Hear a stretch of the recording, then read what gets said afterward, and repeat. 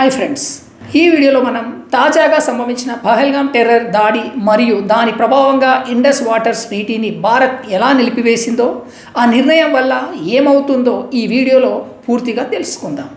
1960 September 19న భారత్ పాకిస్తాన్లు World Bank మధ్యస్థతతో ఇండస్ వాటర్ ఒప్పందాన్ని కుదుర్చుకున్నాయి.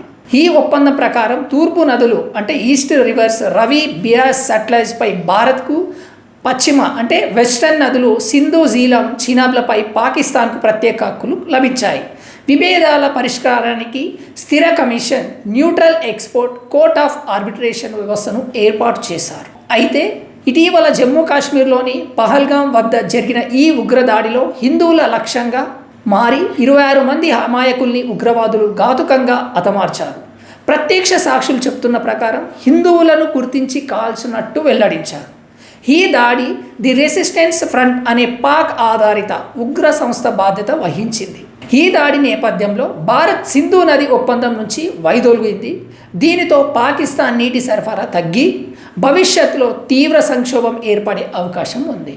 పాకిస్తాన్ వ్యవసాయం సింధు పరివాహక నదులపై 90% ఆధారపడి ఉంది. నీటి సరఫరా తగ్గిపోతే పంట దిగుబడులు పడిపోతాయి, భోజన భద్రత ప్రమాదంలో పడుతుంది, ఎగుమతులు క్షీణిస్తాయి అంటే ఎక్స్పోర్ట్స్ తగ్గిపోతాయి.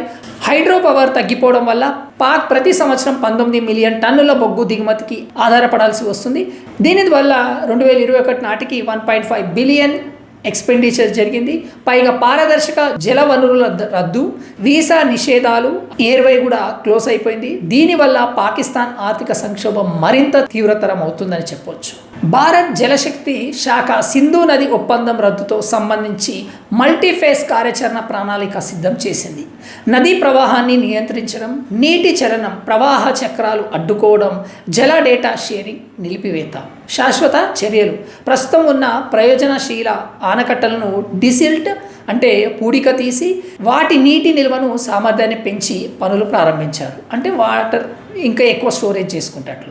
దీర్ఘకాలిక చర్యలుగా కొత్త ఆనకట్టల నిర్మాణం ద్వారా భవిష్యత్తులో భారత్కు పూర్తి నియంత్రణ కల్పించే ప్రణాళికలు సిద్ధం చేసింది అంటే ప్లాన్స్. జలశక్తి మంత్రి సిఆర్ పాటిల్ సింధు నది జలాల నుంచి ఒక్క బిందువు కూడా పాకిస్తాన్కు చేరకుండా చూడటం కోసం సమగ్ర కార్యాచరణ అంటే ప్రణాళికను ప్రకటించారు. అంటే ప్లానింగ్ చేశారని మీనింగ్. భారత్ సింధు నదులపై పూర్తి ఆధిపత్యాన్ని సాధించనుంది. పహల్గామ్ ఉగ్రదాడి పెద్ద ఆవేదనకు దారితీసింది. భారత్ ఆగ్రహంతో ఐడబ్ల్యూటీని నిలిపివేసి ఉగ్రవాదాన్ని జలాధార విధానంగా సహకరించే పాకిస్తాన్పై ఒత్తిడి పెంచింది. ఈ చర్య మధ్యస్థత వ్యవస్థలను క్షీణపరిచినప్పటికీ భారత్ జల సంరక్షణ భావనను దృఢం చేస్తుంది.